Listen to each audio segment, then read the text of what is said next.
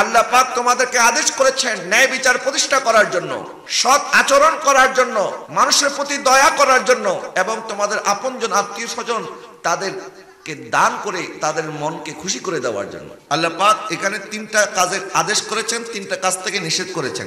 আল্লাহ পাক ইরশাদ করেছেন ইন্নাল্লাহা ইয়া'মুরু বিল আদলি ওয়াল ইহসানি ওয়া ইতা'i যিল কুরবা। প্রথমে আল্লাহ পাক বললেন তোমরা ন্যায় বিচার প্রতিষ্ঠা করো, উত্তম আচরণ করো এবং আত্মীয়তার সাথে সম্পর্ক বজায় রাখো, তাদেরকে বেশি করে দান সদকা করো। এবং তার সাথে সাথে আল্লাহ পাক বললেন ওয়ায়ানহা আনিল ফাহশাই ওয়াল মুনকার ওয়াল বাগয়। আল্লাহ পাক বললেন এবং তোমাদেরকে নিষেধ করা হয়েছে অশ্লীলতা থেকে, বেহায়াপনা থেকে। আল্লাহ পাক নিষেধ করেছে সকল প্রকার অসৎ কাজ থেকে, গুনার কাজ থেকে, এবং আল্লাহ পাকের সীমা লঙ্ঘন থেকে আল্লাহ তোমাদেরকে নিষেধ করেছেন, কারণ সীমা লঙ্ঘনকারীকে আল্লাহ পছন্দ করে না। তাহলে এই তিনটি কাজ করার আদেশ করেছেন, তিনটি কাজ করতে নিষেধ করেছেন। হযরত হাসান বসরি রাদিয়াল্লাহু তাআলা আনহু, উনি তাবী ছিলেন, প্রখ্যাত তাবী। তিনি বলেন আল্লাহ পাক এই তিনটি কাজের আদেশ করার মাধ্যমে পৃথিবীর যত ভালো কাজ আছে এই সব ভালো কাজের মূল এই তিনটি ভালো কাজ। সুবহানাল্লাহ বলেন। আদালত করা, ন্যায় বিচার প্রতিষ্ঠা করা, মানুষের সাথে উত্তম আচরণ করা, আত্মীয়তা সম্পর্ক বজায় রাখা, এগুলি ভালো কাজের মধ্যে মূল জিনিসগুলি হচ্ছে এইগুলি। আর যে সমস্ত কাজ থেকে আল্লাহ নিষেধ করেছেন, আর এই সব খারাপ কাজের মূল গোড়া হচ্ছে এই তিনটা খারাপ কাজ। এক নাম্বার হচ্ছে ফাহিশা কাজ করা, অশ্লীলতা করা, বেহায়াপনা করা। যারা লজ্জাহীন, যাদের ভিতরে লজ্জা নাই, হায়া নাই, যে সমাজের মধ্যে অশ্লীলতা বেড়ে যায়, আমার নবী ইরশাদ করেছেন যে সমাজে বেহায়াপনা বেড়ে যাবে ওই সমাজে আল্লাহ এমন এমন রোগ বালা দিবেন যে রোগের নাম তোমরা জীবনে কোনোদিন শুনো নাই, তোমাদের বাপ দাদারও কোনোদিন শুনে নাই। নাউজুবিল্লাহ বলেন। আর যখন দুনিয়া থেকে ইনসাফ উঠে যাবে, ন্যায় উঠে যাবে, আমার নবী ইরশাদ করেছেন তখন দুনিয়ার মধ্যে ফিতনা ফাসাদ বেড়ে যাবে, খুন খারাপি বেড়ে যাবে। আজকে সমাজে ন্যায় বিচার বলতে কিছু নাই। আজকে আবারও আমরা ওই আইয়ামে জাহিলিয়াতের যুগে মনে হয় ফিরে গিয়েছি। এখানে গরিব মানুষ যারা, তারা যদি একটা অন্যায় করে সবাই মিলে তারে যাইতে ধরে, আর ধনী মানুষ যদি কোনো একটা অন্যায় করে, ক্ষমতাসীন কোনো ব্যক্তি 1000টা অন্যায় করলো, মানুষ এগুলিকে মাফ করে দেয়। ঠিক কিনা বলেন? জাহিলি যুগে এরকম হতো। জাহিলি যুগে কোন দুর্বল মানুষ যদি অন্যায় করতো তার শাস্তি একদম 100তে 100 হতো। আর যদি কোনো সর্দার, কোনো নেতা, জাহিলি যুগের কোনো পণ্ডিত যদি অন্যায় করত তখন তারা তাদেরকে বেকসুর খালাস করে দিত। আমাদের সমাজের মধ্যে আমরা দেখি মসজিদের মধ্যে যখন জুতা চুরি করার জন্য জুতাচোর আসে, তো জুতাচোর তো গরিব মানুষ, তো একটা জুতার কয় টাকা বেচতে পারবে তাও লোক সামলাইতে পারে না, চুরি একটা করে ফেলেছে। মানুষ যদি তার ধরতে পারে, গাছের মধ্যে বাইন্ধা রাখে, এমন মাইট দেয় মনে হয় সে মানুষকে খুন করছে। আর যারা কলমের খোসা দিয়ে কোটি কোটি টাকা দুর্নীতি করে পকেটের মধ্যে ঢুকাচ্ছে, মানুষ তাদেরকে দেখলে আগে আগে সালাম দেয়। কথা বলেন ঠিক কিনা? এই হচ্ছে আমাদের দেশের অবস্থা। যে দেশে কোটি কোটি টাকা মেরে দিচ্ছে তাদেরকে আমরা সাপ বলে সালাম দিচ্ছি, স্যার বলে সালাম দিচ্ছি, আর সামান্য জুতা চোরে পাইলে একেবারে পারে না তারে মাইরা ফেলে। এটা কি ন্যায় প্রতিষ্ঠা হয়েছে? হয় নাই। বরং নবীজি সাল্লাল্লাহু আলাইহি ওয়াসাল্লামের জামানায় যখন ফাতেমা বিনতে আসাদ মখজুমি, এক কাবিলার এক ধনাঢ্য মহিলা, সে চুরি করেছে। চুরি করার অপরাধ হচ্ছে তার হাত কেটে দিতে হবে। যখন তার হাত কাটার হুকুম হয়েছে, তার কাবিলার লোকরা সদ্যমাত্র ইসলাম কবুল করেছে, তো সাহাবায়ে কেরামের একটা ভয় ছিল যে মহিলার যদি হাত কাটা হয় তাহলে তার কাবিলা গোত্রের লোক যারা ইসলাম কবুল করেছে এরা হয়তো আবার ইসলামের বিরুদ্ধে বিদ্রোহ করতে পারে। এই জন্য এরা নিজেরা পরামর্শ করলো, সবাই মিলে হযরত ওসামা ইবনে যায়েদ রাদিয়াল্লাহু তাআলাকে বললেন, ওসামা ইবনে যায়েদ তোমাকে নবী অনেক পছন্দ করে, আদর করে, তুমি একটু নবীকে সুপারিশ করো, নবী যেন এই ফাতেমা বিনতে আসাদ মখজুমিকে ক্ষমা করে দেয়। হযরত ওসামা ইবনে যায়েদ রাদিয়াল্লাহু তাআলা নবীকে আরজ করলেন, ইয়া রাসূলুল্লাহ, হুজুর এই সদ্যমাত্র এই ফাতেমার কাবিলা তার ইসলাম কবুল করেছে, এখন তার শাস্তি যদি কার্যকর হয়, হতে পারে তার কাবিলার লোকজন আমাদের বিরুদ্ধে বিদ্রোহ করবে, হুজুর তাকে কি একটু ক্ষমা করে দেওয়া যায় না? এই কথা বলতে দেরি আমার নবী সাল্লাল্লাহু আলাইহি ওয়াসাল্লামের জালালিয়ত প্রকাশ পেয়ে গেল। নবীজি সাল্লাল্লাহু আলাইহি ওয়াসাল্লাম ইরশাদ করলেন, তুমি আমাকে এমন কাজ করার কথা বলছো যেই কাজ করার জন্য আল্লাহ পাক বিগত নবীর উম্মতদেরকে ধ্বংস করে দিয়েছিলেন। যারা বলেন না নাউজুবিল্লাহ। বিগত নবীর উম্মতরা এই কাজ করেছিল যে তারা দুর্বলদের শাস্তি দিত একদম কড়ায় গন্ডায়। আর ধনী মানুষ যদি কোন অন্যায় করত, অপরাধ করত, ধনী মানুষ যখন কোন অপরাধ করত তখন তারা তাকে ক্ষমা করে দিত। এই কারণে আল্লাহ পাক বিগত নবীর উম্মতদেরকে ধ্বংস করে দিয়েছেন।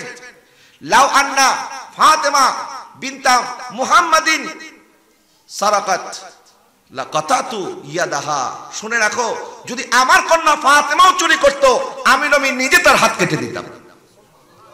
যারা বলেন না সুবহানাল্লাহ। তুমি বলতেছো তাকে ক্ষমা করে দেওয়ার জন্য, তার জায়গায় যদি আমার কন্যা ফাতেমা থাকতো আমি নবীজি নিজে তার হাত কেটে দিতাম। এটাই ছিল আমার নবীর ইনসাফ এবং আদালত। এবং আল্লাহ সুবহানাহু ওয়া তাআলা হুকুম করেছেন যে তোমরা দুনিয়ার মধ্যে ইনসাফ প্রতিষ্ঠা করো। ইয়া আইয়ুহাল্লাযীনা আমানু কুনু কাওয়ামিনা লিল্লাহি শুহাদা বিল কিসত, হে ঈমানদারগণ তোমরা আল্লাহর জন্য জমিনের মধ্যে ন্যায় বিচার করো, ন্যায় প্রতিষ্ঠা করো।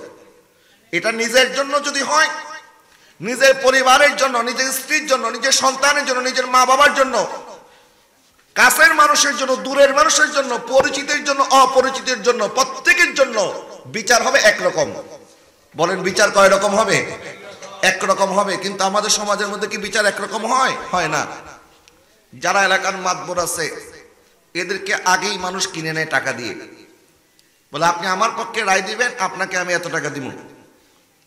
আদালতের মধ্যে যে সমস্ত অ্যাডভোকেট সাহেবরা আছে, ইল্লা মাশাআল্লাহ অধিকাংশ অ্যাডভোকেট উল্টা মক্কেলকে মিথ্যা কথা শিখিয়ে দেয়, বলে মিথ্যা কথা না কইলে তো তুমি জামিন পাবা না। ঠিক কিনা বলেন না?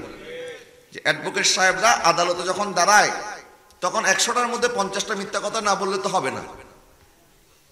এখন যেখানে সত্য কথা বললে ন্যায় প্রতিষ্ঠা হয় না, আমাদের সমাজটা এমন হয়ে গেছে যে ন্যায় প্রতিষ্ঠা করার জন্য হলে সত্য কথা বলতে হবে, মিথ্যা কথা বলতে হবে। অথচ নবীজি সাল্লাল্লাহু আলাইহি ওয়াসাল্লাম ইরশাদ করেছেন, যখন মুখ থেকে মিথ্যা কথা বের হয় তখন রহমতের ফেরেশতা 1 কিলোমিটারের মধ্যে প্রবেশ করে না। নাউজুবিল্লাহ বলেন না। আজকে ঘরে ঘরে মিথ্যা আছে না নাই? আজকে ঘরের মধ্যে বরকত নাই, মানুষ মনে করে, মানুষ মনে হয় তাবিজ করেছে। বরকত নাই ঘরের মধ্যে, মানুষ একটা বেকার বা মানুষ একটা অসুস্থ হয়ে গেছে, মেয়ের বয়স বেড়ে গেছে, বিয়ে দিতে পারতেছে না, তখন মনে করে কি আমার ঘরের মধ্যে মনে হয় কেউ তাবিজ করেছে। পরে যায় কার কাছে? কবিরাজের কাছে।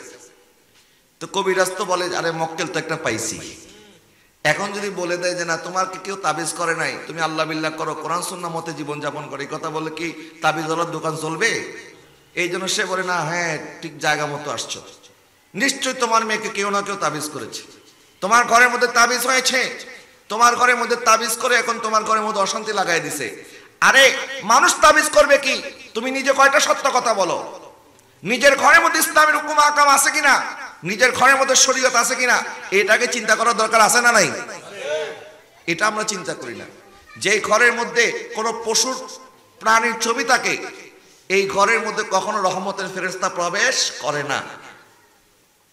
যেই ঘরের মধ্যে কোনো প্রাণীর ছবি থাকবে সেই ঘরের মধ্যে রহমতের ফেরেশতা প্রবেশ করবে, এটা আমার নবীজির হাদিস। কিন্তু আছে অনেকে এরকম আছে নিজের পীর ও মুর্শিদের ছবিও ঘরের মধ্যে টানায় রাখে, আছে না নাই বলেন তো? এটাকে আপনার পীর ও মুর্শিদ কোনদিন বলেছে যে আমার ছবি ঘরের মধ্যে টানায় রেখো? এটা তো আপনার পীর সাহেব আপনাকে বলে নাই। বেশি মহব্বত ভালো না, কোন জিনিস নিয়ে বেশি বাড়াবাড়ি করা ভালো নয়। সীমা লঙ্ঘনকারীকে আল্লাহ পাক পছন্দ করে না। প্রত্যেকটা জিনিস আপনাকে আদালত করে ন্যায় বিচারক হয়ে আপনাকে করতে হবে। আপনার ঘর, এই ঘরের মধ্যে আগে শরীয়ত নিজে পালন করবেন, নিজের পরিবারকে পালন করাবেন, তাইলে শোনা বরকত আসবে। ঘরের মধ্যে বরকত নাই আর যদি মনে করেন আমার কেউ তাবিজ করছে, আর তোমাকে তাবিজ করতে হবে কেন? তোমার জবান ঠিক করো, জবান থেকে মিথ্যা বন্ধ করে দেন। তাহলে ঘরের মধ্যে যখন ইসলাম পরিপূর্ণভাবে আমরা বাস্তবায়ন করব তখন মানুষ চাইলেও আমাদের কোনো ক্ষতি করতে পারবে না।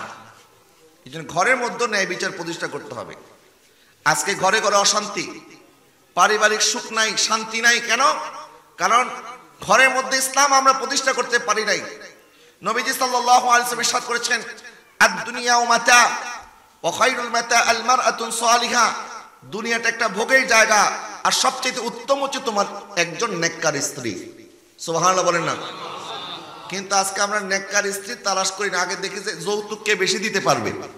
প্রত্যেকটা ক্ষেত্রে আপনার ঘরের মধ্যে ন্যায় বিচার প্রতিষ্ঠা করতে হবে, এবং আপনার জন্য যাকে স্ত্রী হিসাবে ঘরে নিয়ে আসবেন তিনিও যেন একজন নেককার হয়।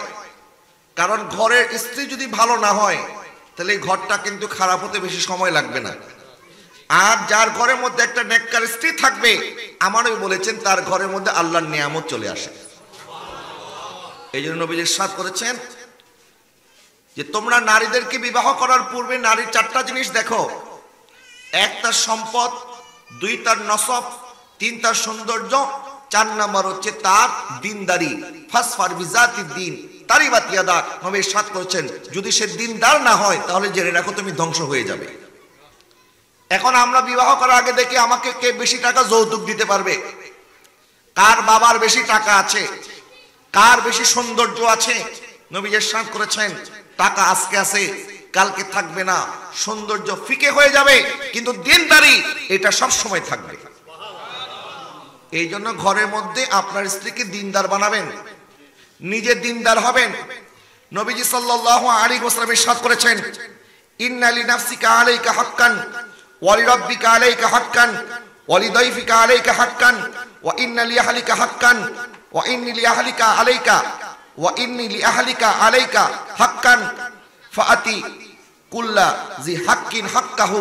নবীজি ইরশাদ করেছেন তোমার নিজের উপরও নিজের অধিকার আছে, তোমার উপরে গরিবের অধিকার আছে, তোমার উপরে তোমার পরিবারের অধিকার আছে, তোমার উপরে আল্লাহর অধিকার আছে। সুতরাং প্রত্যেকের অধিকার, প্রত্যেকের হক তুমি যথাযথভাবে আদায় করো। সুবহানাল্লাহ বলেন না? ন্যায় বিচার নিজের উপরে প্রতিষ্ঠা করতে হবে। আদালত ইনসাফ নিজের উপরে প্রতিষ্ঠা করবেন কেমনে? আল্লাহ পাকের হুকুম পালন করার মাধ্যমে। আল্লাহ যা আদেশ করেছেন আপনি যদি তা পালন করেন, আল্লাহ কি কখনো আপনাকে আযাব দিবে? আপনি আল্লাহর হুকুম পালন করলে 5 ওয়াক্ত নামাজ, মাহে রমাদানের রোজা, আল্লাহ পাক যাদের উপরে হজ ফরজ করেছেন তারা হজ আদায় করলে, যাদের উপরে যাকাত ফরজ করেছেন তারা যাকাত আদায় করলে, আল্লাহর ফরজ বিধানগুলি যখন আপনি আদায় করবেন সঠিকভাবে, আল্লাহ সুবহানাহু ওয়া তাআলা আপনাকে ক্ষমা করবে না? করবে। সুতরাং আপনার উপরে আপনার নিজের হক হচ্ছে নিজেকে জাহান্নামের আগুন থেকে বাঁচানো, আযাব থেকে বাঁচানো। তাহলে আযাব থেকে বাঁচতে হলে আল্লাহর হুকুম পালন করতে হবে। 2 নাম্বার, আপনার উপরে যাদের হক আছে, আপনার আহলিয়া, আপনার স্ত্রী, আপনার সন্তান, যারা আপনার উপর নির্ভরশীল, তাদের উপরে আপনার উপরে তাদের একটা হক আছে। তাদেরকে হালাল লুকমা তুলে দেওয়া, হারাম জিনিস তাদেরকে লুকমা না দেওয়া, তাদের মুখের মধ্যে যে রিজিক তুলে দিবেন এটা যেন হালাল হয়। আল্লাহ সুবহানাহু ওয়া তাআলা এটা জিম্মাদারি আপনাকে দিয়েছেন, এটাও সঠিকভাবে আদায় করতে হবে। ঠিক কিনা বলেন? এরপর আপনার আপনজনের মধ্যে কেউ যদি এতিম থাকে, আপনার প্রতিবেশী যদি ক্ষুধার্ত থাকে, আপনার এলাকার মধ্যে যদি গরিব থাকে, মিসকিন থাকে, আপনি যদি সামর্থ্যবান হন তাহলে তাদেরকে যথাসম্ভব দান সদকা করে তাদের ক্ষুধা নিবারণ করা, এটাও হচ্ছে গরিবের অধিকার আপনার উপরে। ঠিক কিনা? এরপরে আসেন, নবীজি সাল্লাল্লাহু আলাইহি ওয়াসাল্লাম ইরশাদ করেছেন আল্লাহ সুবহানাহু ওয়া তাআলা তোমার উপরে যে দায়িত্ব দিয়েছে প্রত্যেকের হক তুমি সঠিকভাবে আদায় করো। এটা ঘরে এবং ঘরের বাইরে, মসজিদ এবং মসজিদের বাইরে, প্রত্যেক জায়গায় আমাদেরকে ন্যায় বিচার প্রতিষ্ঠা করতে হবে। প্যারে হাজরিন, নবীজি সাল্লাল্লাহু আলাইহি ওয়াসাল্লাম ন্যায় বিচার কিভাবে প্রতিষ্ঠা করেছেন? নবী করিম সাল্লাল্লাহু আলাইহি ওয়াসাল্লাম যখন বদরের ময়দানে যাবেন, সাহাবায়ে কেরামকে প্রস্তুত করছেন। এখন বাহন কম, সাহাবীদের সংখ্যা 313 জন, উট মাত্র 70টা। উট কয়টা? একটা উটের পিঠে 3 জন সাওয়ারি।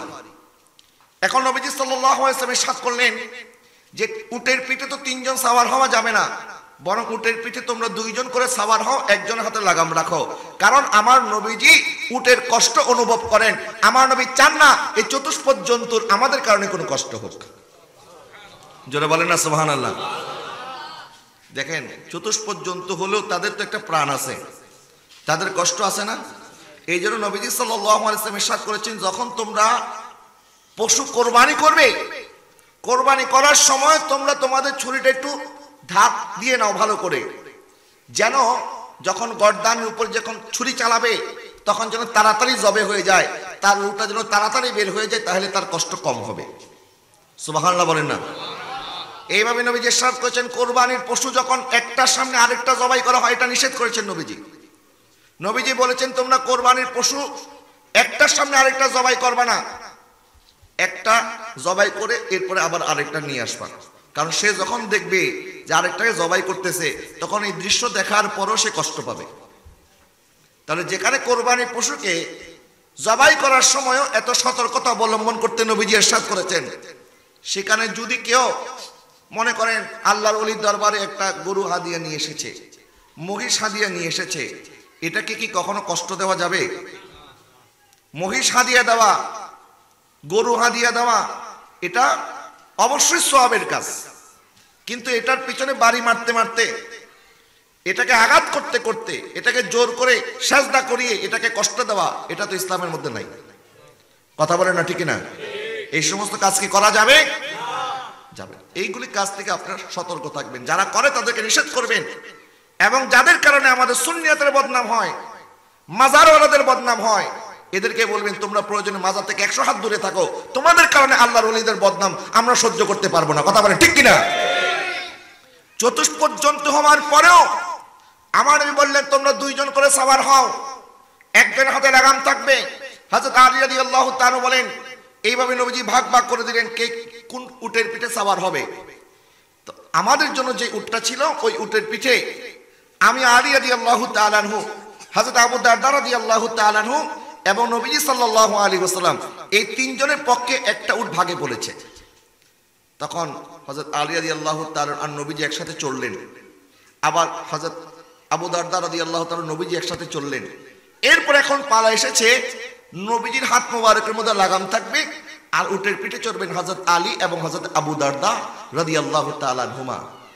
আবু দারদা রাদিয়াল্লাহু তাআলা আনহুমা নবীকে বলতে ভয় পাচ্ছেন, তো আলী রাদিয়াল্লাহু তাআলাকে বললেন, আলী, যে আমরা 2 জন উটের পিঠে চড়বো আর লাগামটা নবীজির হাতে থাকবে, এটা কি করে হয়? নবী তো রাহমাতুল লিল আলামিন, এটা তো নবীর শানের খেলাফ হবে, এটা নবীর সাথে বেয়াদবি হবে যে নবীর হাতের মধ্যে লাগাম থাকবে আর আমরা উটের পিঠে চড়বো। এটা তো হতে পারে না। আমি তো ভয় নবীকে বলতে পারতেছি না, আলী তুমি তো আমার পক্ষ থেকে নবীকে সুপারিশ করো যে না হুজুর আপনি উটের পিঠে চড়েন, আমরা তো আপনার গোলাম, আমাদের হাতে না লাগাম থাকবে। তখন হযরত আলী রাদিয়াল্লাহু তাআলা যখন আদমের সাথে দাঁড়িয়ে বললেন, ইয়া রাসূলুল্লাহ, হুজুর আপনার হাতের মধ্যে লাগাম থাকবে আর আমরা 2 জন উটের পিঠে চড়ে বসে থাকবো, এটা তো হতে পারে না। হুজুর আমরা তো আপনার গোলাম, বরং আপনি উটের পিঠে চড়েন আর আমাদের হাতে লাগামটা দেন। আমার নবী সাল্লাল্লাহু আলাইহি ওয়াসাল্লাম বললেন, ও আলী, আমি নিজেই যদি ইনসাফ প্রতিষ্ঠা না করি তাহলে দুনিয়া তার কে ইনসাফ প্রতিষ্ঠা করবে? মানুষ আমার কাছ থেকে যদি ইনসাফ না শিখে আর কার থেকে ইনসাফ শিখবে? জোরে বলেন না সুবহানাল্লাহ। ইয়া রাসূলুল্লাহ, ইয়া হাবিবাল্লাহ, ইয়া রাসূলুল্লাহ, ইয়া হাবিবাল্লাহ, ইয়া রাসূলুল্লাহ, ইয়া হাবিবাল্লাহ, ইয়া রাসূলুল্লাহ, मेरा जे जाए खुदार हबीब नबी कमली वाला, मेरा जे जाए खुदार हबीब नबी कमली वाला, या रसूल अल्लाह या हबीब अल्लाह, या रसूल अल्लाह। আর আমাদের এলাকার কে একজন যদি প্রধানমন্ত্রীর সাথে কি 2 মিনিট কথা বলে, কালকে থেকে তার পার মাটির মধ্যে থাকে না। তার সাথে কথা বলতেও আমাদের অ্যাপয়েন্টমেন্ট লাগে, যে দুনিয়ার রাজা বাদশার সাথে দেখা করলে যদি তার এই ভাবসাব হয়ে যায়। আর আমার নবীকে আল্লাহ সুবহানাহু ওয়া তাআলা 7 আসমান জমিন বেদ করে আল্লাহ পাক সিদরাতুল মুনতাহা পর্যন্ত জিবরিলকে যাওয়ার অনুমতি দিয়েছেন, কিন্তু জিবরিল বলে, ইয়া রাসূলুল্লাহ, হুজুর সিদরাতুল মুনতাহা হচ্ছে আমার লাস্ট স্টেশন, এটার উপরে আর যাওয়ার অনুমতি নাই। আমি যদি আরেক কদম আগাই আমার নূরের পাখনা সব জ্বলে পুড়ে ছাই হয়ে যাবে। হুজুর আমি আর যাইতে পারবো না, আপনি চলে যান। যেখানে জিবরিলও যাইতে পারে নাই, আমার নবীকে আল্লাহ পাক সেই লামকানে নিয়ে গেছেন। কিন্তু সেখান থেকে আসার পরও আমার নবীজি জমিনের দিকে ঝুঁকে ঝুঁকে হাঁটতেন। আমার নবী কখনো গর্দান উঁচা করে হাঁটতেন না, নবীজি কখনো চেয়ারের মধ্যে বসে বসে খেতেন না, বরং নবীজি সবসময় মাটির মধ্যে বসে বসে খেতেন। নবী মেরাজে যাওয়ার আগে যেমন ছিলেন, মেরাজ থেকে আসার পরেও তেমন। তো এটাই হচ্ছে আমার নবী সাল্লাল্লাহু আলাইহি ওয়াসাল্লামের সুমহান চরিত্র, ওয়া ইন্নাকা লাআলা খুলুকিন আযীম, যাকে মহা চরিত্র দান করা হয়েছে। সুবহানাল্লাহ বলেন না। এটা তো গেল মেরাজের বদরের ময়দানে যাওয়ার ঘটনা। বদরে যাওয়ার পরে আমার নবী সাল্লাল্লাহু আলাইহি ওয়াসাল্লাম সাহাবায়ে কেরামকে এক কাতারে দাঁড় হতে বললেন। নবীজি সব সাহাবীদেরকে বললেন, তোমরা সবাই কাতারবদ্ধ হয়ে যাও। তখন সবাই কাতারবদ্ধ হয়ে গেছে। এক সাহাবী একটু কাতার থেকে সামনে চলে এসেছে। নবীজির হাতের মধ্যে লাঠি মোবারক ছিল। নবীজি লাঠি দিয়ে তার পেটের মধ্যে একটা গুতা দিছে, আঘাত করেছে। ওই সাহাবী বলতেছেন, ইয়া রাসূলুল্লাহ, হুজুর আপনি আমার পেটের মধ্যে আঘাত দিয়েছেন, আমি ব্যথা পাইছি, আমি এটার প্রতিশোধ নিব। কি নিব? সাহাবী কেরাম অবাক হয়ে গেল যে এটা কেমন কথা, সে নবীর কাছ থেকে প্রতিশোধ চাচ্ছে। বলে, হুজুর জি হুজুর, আমি প্রতিশোধ নেব। তো নবীজি সাল্লাল্লাহু আলাইহি ওয়াসাল্লাম বলে, আমি তো ইনসাফ প্রতিষ্ঠা করার জন্য এসেছি। ঠিক আছে, আমি তোমাকে বাড়ি দিয়েছি, তুমি ব্যথা পেয়েছো, এখন তুমি আমাকে পাল্টা বাড়ি দাও। বলে, হুজুর আপনি যখন বাড়ি দিয়েছেন তখন আমার শরীরের মধ্যে কোনো উপরে চাদর ছিল না, আপনার চাদর মোবারকটা সরাতে হবে। সাহাবায়ে কেরাম হয়রান হয়ে গেলেন, কি ব্যাপার? আমরা তো বদরের ময়দানে এসেছি নবীর সাথে, একসাথে কাঁধে কাঁধ মিলিয়ে আমরা কাফিরদের বিরুদ্ধে যুদ্ধ করব, আর এই সাহাবী সমস্ত কথা বলতেছে কেন? সবাই যখন হয়রান হয়ে গেলেন, আমার বলে, ঠিক আছে, তোমার শরীরের মধ্যে যেমন কোনো চাদর ছিল না, যাও আমি আমার পিঠের চাদর সরিয়ে দিচ্ছি। নবীজি যখন পিঠ মোবারকের চাদর সরিয়ে দিলেন, ওই সাহাবী সাথে সাথে আমার নবীকে জড়িয়ে ধরে নবীর পিঠ মোবারকের খতমে নবুয়তের মধ্যে চুমা খাওয়া শুরু করে দিয়েছে।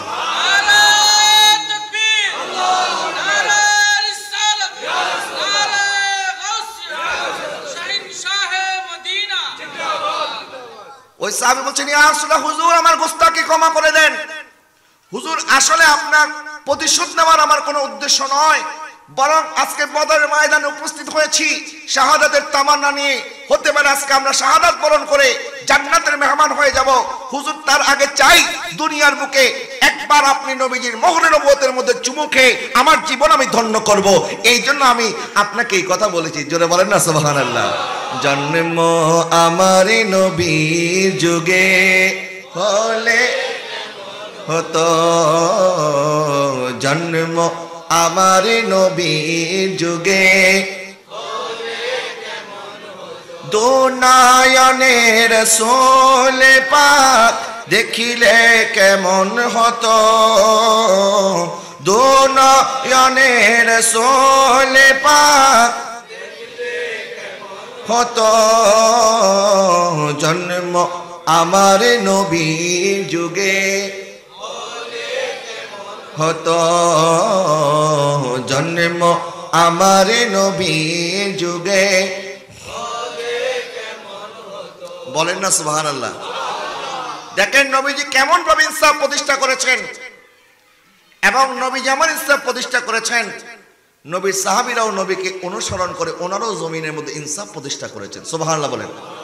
নবী যেমন নবীর সাহাবী তো তেমনই হবে, ঠিক কিনা বলেন না?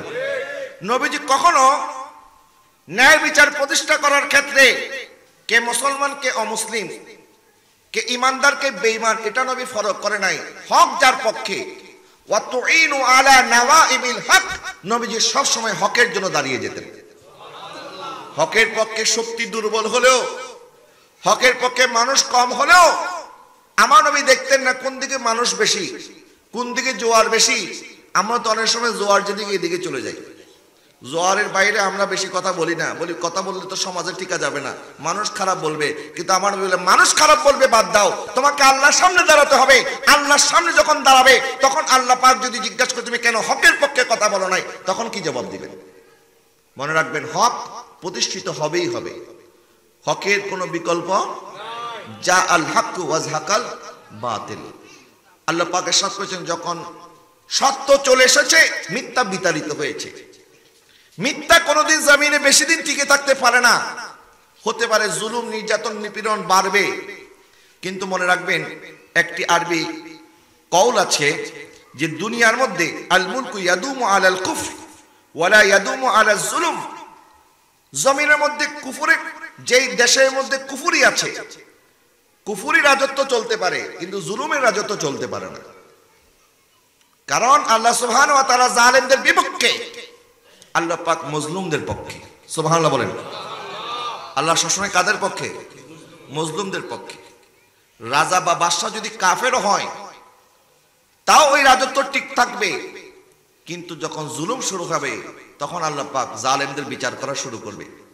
আজকে ফিলিস্তিনের মধ্যে দেখতেছেন ৭৫ বছর যাবত তারা ফিলিস্তিনের উপরে যে নির্যাতন নিপীড়ন শুরু করেছে এবং তাদের পরিণত ইনশাআল্লাহ বিশ্ববাসী দেখবে। সেদিন মুসলমানরা তাদেরকে পাহাড়ের পিছন থেকে, পাথরের পিছন থেকে, গাছের পিছন থেকে ধরে ধরে তাদেরকে কতল করবে। আমার নবী ভবিষ্যৎবাণী করেছেন, ইহুদিরা পাথরের পিছনে গিয়ে লুকিয়ে থাকতে পারবে না, ইহুদিরা গাছের পিছনে লুকিয়ে থাকতে পারবে না, কারণ গাছ বলে দিবে আমার পিছনে ইহুদি আছে, তোমরা তাকে ধরো এবং কতল করো। এই দৃশ্য কিয়ামতের পূর্বে ইনশাআল্লাহ মুসলমানরা দেখবে। ইনশাআল্লাহ বলেন। কেন? কারণ পৃথিবীর বুকে বর্তমানে এই ইহুদিরা যত ফাসাদ সৃষ্টি করেছে, ইহুদিদের মতো এত ফাসাদ সৃষ্টিকারী আর কোনো জাতি নাই।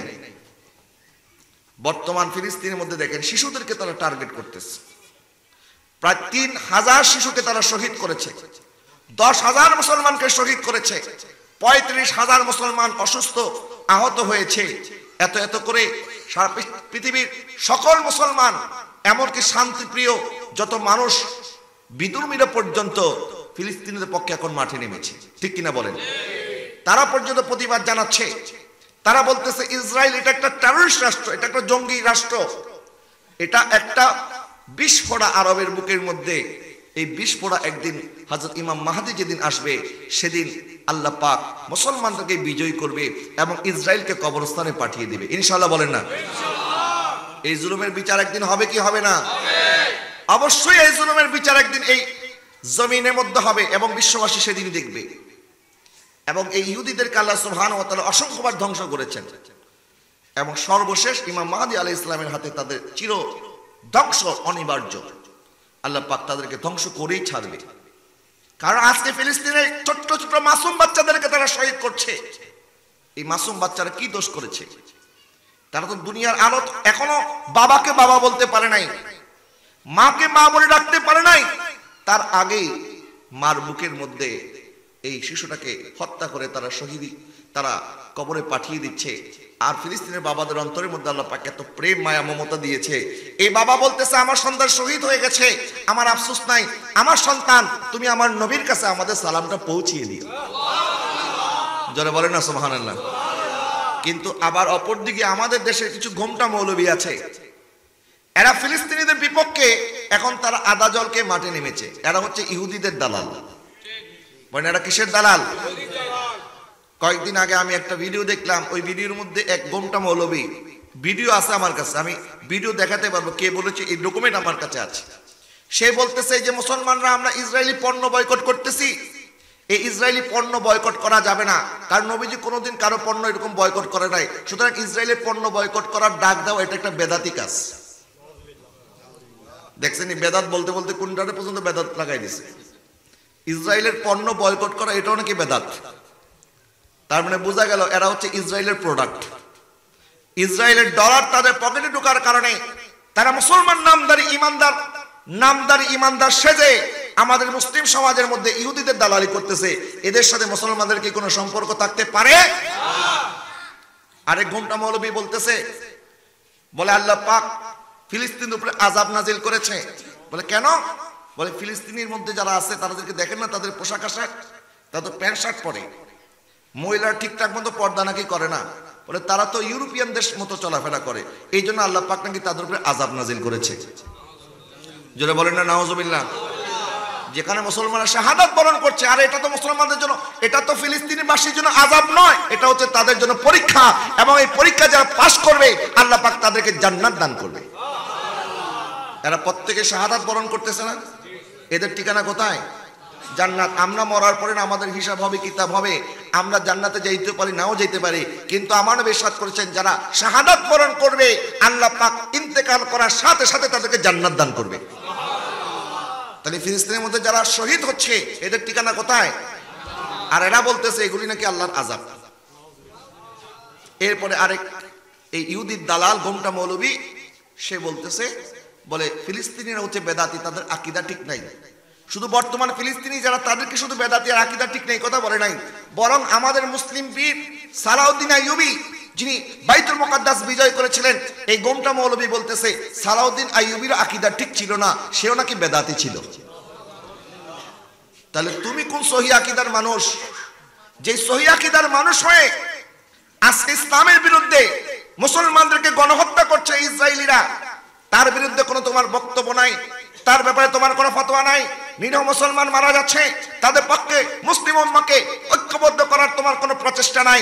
আর তুমি বারবার ফতোয়া দিচ্ছ, একবার বলো ইসরায়েলি পণ্য বয়কট করা যাবে না, আবার বলো ফিলিস্তিনিরা বেদাতি, আবার বলো সালাউদ্দিন আইয়ুবীর আকীদা ঠিক ছিল না। তাহলে আমাদের বুঝতে বাকি নাই তোমরা সহিহ আকীদার নামে আমাদের দেশের মধ্যে ইহুদি নাসারার দালালি করার জন্য এসেছো, কথা বলেন ঠিক কিনা? এবং এরা এক একটা পাক্কা মুনাফিক, এটার মধ্যে কোনো সন্দেহ নাই। একদিন ইনশাআল্লাহ হকের বিজয় হবে, সেদিন তাদের মুখোশ উন্মোচিত হবে ইনশাআল্লাহ, বলেন না? মনে রাখবেন, হক যেই দিকে আল্লাহর বিচারও সেই দিকে, আমার রসুলের বিচারও সেই দিকে। আজকে ফিলিস্তিনবাসী তারা মজলুম, তারা জুলুমের শিকার। নবীজি সাল্লাল্লাহু আলাইহি ওয়াসাল্লামের কাছে এক ইহুদি আর এক মুসলমানের বিচার এসেছে। এক নামদারি মুসলমান, আর কি লেবাসে মুসলমান, আসলে সে হচ্ছে মুনাফিক। এক মুনাফিকের সাথে লেবাসদারি মুসলমানের সাথে এক ইহুদির ঝগড়া হয়েছে। দুই পক্ষের ঝগড়া এখন মীমাংসা হবে কেমনে? এখন ইহুদি বলতেছে তোমার নবী ইনসাফ প্রতিষ্ঠা করার জন্য জমিন এসেছে।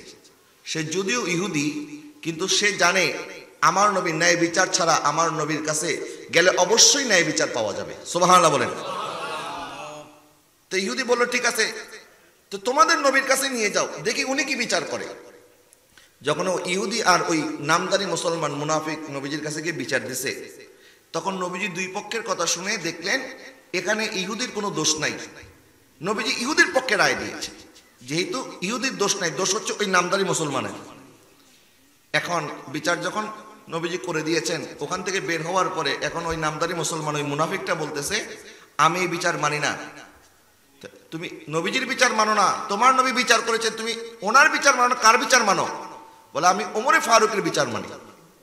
বলে ওমর হচ্ছে কাফেরদের বেলায় অনেক কঠিন, সুতরাং ওমর কখনো আমার বাইরে গিয়ে ইহুদির পক্ষে ওমর কখনো ফয়সালা দিবে না। বলে ঠিক আছে চলো ওমরের কাছে। তো ওমর রাদিয়াল্লাহু তাআলা আছেন, তারা দুইজন উপস্থিত। তখন ওই মুসলমান বিচার দিল। এখন ওমর রাদিয়াল্লাহু তাআলা বিচার করার আগে ওই ইহুদি বলতেছে ওমর শোনো, আমরা তোমার কাছে আসার আগে তোমার এই মুসলমান ভাই আমাকে তোমাদের নবীর কাছে নিয়ে গেছেন, তোমার নবীজি আমার পক্ষে রায় দিয়েছে, কিন্তু তোমার এই মুসলমান ভাই এটা মেনে নিতে পারে নাই, আমাকে তোমার কাছে নিয়ে আসছে, এখন তুমি বিচার করো। তখন হযরত ওমর রাদিয়াল্লাহু তাআলা তাকে জিজ্ঞাসা করলেন কি ব্যাপার, কথা কি সত্য? বলে জি হুজুর, কথা সত্য, আমি জানি আপনি অবশ্যই মুসলমানদের পক্ষে থাকবেন, এই জন্য আপনার কাছে আসছি। বলে ঠিক আছে, বিচার যেহেতু আমার কাছে নিয়ে আসছো, বিচার আমি করব। হযরত ওমর রাদিয়াল্লাহু তাআলা ভিতরে গেলেন, একটা খোলা তলোয়ার নিয়ে আসলেন, আর এই খোলা তলোয়ারটা দিয়ে ওই মুনাফিকের গর্দানের মধ্যে এমন ভাবে আঘাত করলেন, এক মুহূর্তের মধ্যে ওই মুনাফিকের গর্দান শরীর থেকে আলাদা করে দিয়েছে। জোরে বলেন না সুবহানাল্লাহ। এখন ওই মুনাফিকের আরো কিছু বন্ধু বান্ধব আছে না, এরাও তো মুনাফিক।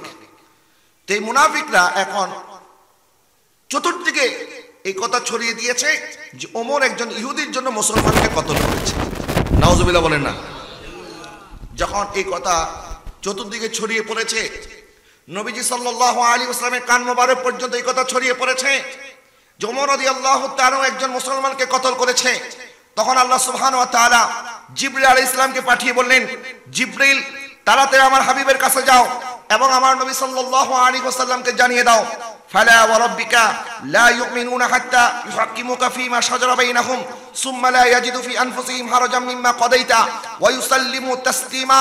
না না, কখনোই নয় হাবিব, আপনার রবের কসম, আপনি যা বিচার করেছেন, আপনার বিচার যারা মানবে না তারা কখনো ঈমানদার হতে পারে না, পারে না, পারে না। জোরে বলুন সুবহানাল্লাহ। আল্লাহ পাক হযরত ওমরের পক্ষে এই আয়াত নাযিল করে জানিয়ে দিলেন হযরত ওমর কোন ঈমানদারকে মানে নাই, হযরত ওমর একটা মুনাফিককে হত্যা করেছে। কথা বলে ঠিক কি না? আল্লাহ পাক এখানে হযরত ওমরের পক্ষে আয়াত নাযিল করেছেন। এবং সেদিন থেকে ওমর রাদিয়াল্লাহু তাআলা লকব হয়েছে ফারুকে আজম। যারা বলেন সুবহানাল্লাহ। হক বাতিলের পার্থক্য সৃষ্টিকারী, যিনি হক এবং বাতিলকে পার্থক্য করে দিয়েছেন। এখানে ইহুদির পক্ষে নবী রায় দিয়েছেন। ইহুদির কোনো দোষ ছিল না, দোষ ছিল ওই মুনাফিকের। বলেন দোষ ছিল কার? ওই মুনাফিকের। তো হযরত ওমর রাদিয়াল্লাহু তাআলা হকের পক্ষে ছিলেন। আমার নবীর বিচার যারা মানে না তারা কোনোদিন ইমানদার হতে পারে না, এরা হচ্ছে মুনাফিক। বলেন এরা কি? মুনাফিক। ঠিক একই ভাবে আজকে 1400 বছর পরে যখন উম্মতের উপরে জুলুম হচ্ছে, ফিলিস্তিনিদেরকে যখন নিজেদের ভূমি ছেড়ে দিতে বলা হচ্ছে, আমি কয়েকদিন আগে একটা আরবি খুতবা দেখছিলাম, জানি না এটা কোন দেশ, হয় সৌদি আরব নয় আরব আমিরাত, যে কোনো আরব একটা দেশ হবে আর কি। সেখানে এক ব্যক্তি খুতবা দিচ্ছে, খুতবার মধ্যে বলতেছে যে ফিলিস্তিনিরা তোমরা ইহুদিদের কাছে নতি স্বীকার করো, তাদেরকে তোমাদের রাষ্ট্র পরিচালনা করার দায়িত্বভার তাদের হাতে তুলে দাও। যারা বলেন না নাউজুবিল্লাহ। এটা কি শান্তি প্রস্তাব? ইহুদিদেরকে যদি ফিলিস্তিনের ভূমি ছেড়েও দেওয়া হয় আর তার মাধ্যমে যদি আপনারা মনে করেন যে ইহুদিরা মুসলমানদেরকে হত্যা করবে না, না না, ইহুদিদের পরিকল্পনা এখানে শেষ না। ইহুদিদের পরিকল্পনা হচ্ছে তারা শুধু ফিলিস্তিন না, তারা গোটা আরব ভূখণ্ড একদম নীল নদ থেকে শুরু করে ফোরাত পর্যন্ত তারা দখল করবে, তারা শাসন করবে। নাউজুবিল্লাহ বলেন না। তাদের লক্ষ্য কিন্তু আরো অনেক দূরে। সুতরাং এই ইহুদিদের কাছে এই ফিলিস্তিনি ভূমি যারা বিক্রি করে দিয়ে ক্ষমতায় এসেছে, এই দেশটার নামই বর্তমান সৌদি আরব। এই দেশটার নাম কি বর্তমান? যার কারণ এই সৌদি রাজা বাদশারা এখন পর্যন্ত ইহুদিদের বিরুদ্ধে বড় গলায় কথা বলতে পারে না, কারণ এরা হচ্ছে ওয়াহাবি। এই ওয়াহাবি সরকার তারা ফিলিস্তিনকে বিক্রি করে দিয়েছে ইহুদি নাসারার কাছে। মুসলিম খেলাফতকে ধ্বংস করে তারা ক্ষমতায় এসেছে। আর ওইদিকে ইরানি শিয়ারা, এরা খালি হুঙ্কার দেওয়ার মধ্যে আছে, কাজের কাজ কিছু করতে পারে না। ঠিক কিনা বলেন? খালি কয় বোম মারিয়া দেবো, এই করে দেবো, সেই করে দেবো। আজকে পর্যন্ত কিছু তারা করে নাই আর করবেও না। কেন করবে না? কারণ এরা শুধু ব্যক্তি স্বার্থে নিজেদের মস্তক টিকিয়ে রাখার জন্য, মুসলিম সাম্রাজ্যকে নিজেদের হাতে রাখার জন্য এরা শুধুমাত্র এটা একটা রাজনৈতিক খেলা, আর কিছু না। বরং আমাদেরকে উদ্ধার করার জন্য আল্লাহ পাক ইমাম মাহদী আলাইহিস সালামকে পাঠাবেন, ঈসা আলাইহিস সালামকে পাঠাবেন। ওনারা কেউ ওয়াহাবিও হবে না, ওনারা কেউ শিয়াও হবে না, ওনারা হবে আহলে সুন্নাত ওয়াল জামাত। যেই দলের মধ্যে আমরা আছি, ইনশাআল্লাহ বলেন না, এই দলের মধ্যে আমরা থাকতে চাই কি চাই না? আমি বলছিলাম বাবা, ন্যায় বিচার যদি ইহুদির পক্ষে যায়, বিধর্মীর পক্ষে যায়, তাও আমাদেরকে তাদের পক্ষে যাইতে হবে। ন্যায় বিচারের জন্য নবীজি সাল্লাল্লাহু আলাইহি ওয়াসাল্লাম ইহুদির পক্ষে রায় দিয়েছেন। এইভাবে হযরত আলী রাদিয়াল্লাহু তাআলা যখন খলিফাতুল মুসলিমিন, হযরত আলী রাদিয়াল্লাহু তাআলা যখন খলিফা, তখন চিফ জাস্টিস ছিলেন হযরত কাজী শুরাহ রাদিয়াল্লাহু তাআলা আনহু। তো হযরত আলী রাদিয়াল্লাহু তাআলা আনহু ওনার যেই তলোয়ার মোবারক, এই তলোয়ার মোবারকটা চুরি হয়ে গেছে। উনি আমিরুল মুমিনিন, মুসলিম সাম্রাজ্যের খলিফা, উনি চাইলে নিজেই নিজের বিচার করতে পারতেন, নিজেই চোর ধরে চোরকে শাস্তি দিতে পারতেন, কিন্তু উনি নিজে নিজে বিচার করে নাই, বরং উনি আদালতের মধ্যে একটি অভিযোগ দায়ের করেছেন। তো যার ব্যাপারে অভিযোগ দেওয়া হয়েছে, ওই খ্রিস্টানকে ধরে আনা হয়েছে আদালতের মধ্যে।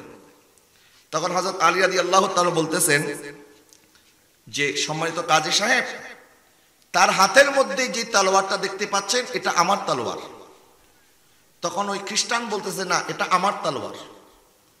এখন দুইজনের কথা দুই রকম, অথচ উনি আমিরুল মুমিনিন, ওনার কথাটাই তো গ্রান্টেড হওয়ার কথা। কিন্তু হযরত কাজী শুরাহ রাদিয়াল্লাহু তাআলা বলতেছেন, আমিরুল মুমিনিন, আপনার পক্ষে আমি রায় দিতে পারবো না, বরং আপনাকে আগে সাক্ষী নিয়ে আসতে হবে। সুবহানাল্লাহ বলেন না। আজকালকে কোন আসামিকে যদি কেউ গ্রেফতার করে নিয়ে যায়, আর এলাকার কোনো পাতি নেতা গিয়ে যদি থানার মধ্যে বলে আমার ভাইকে সাইদা দাও, থানার দারোগার এই ক্ষমতা নাই এই পাতি নেতার ভাইকে ধরে রাখতে পারবে। ঠিক কিনা বলেন না? বলবে দরকার নাই ভাই, বিপদ ঘরে ঠাইকে আনা দরকার নাই, আমার কাজ আমি করি, আপনার ভাইকে আপনি ছাইরা নিয়ে যান। আর আরো অনেক বড় অন্যায় হলে তো এটা পরের কথা।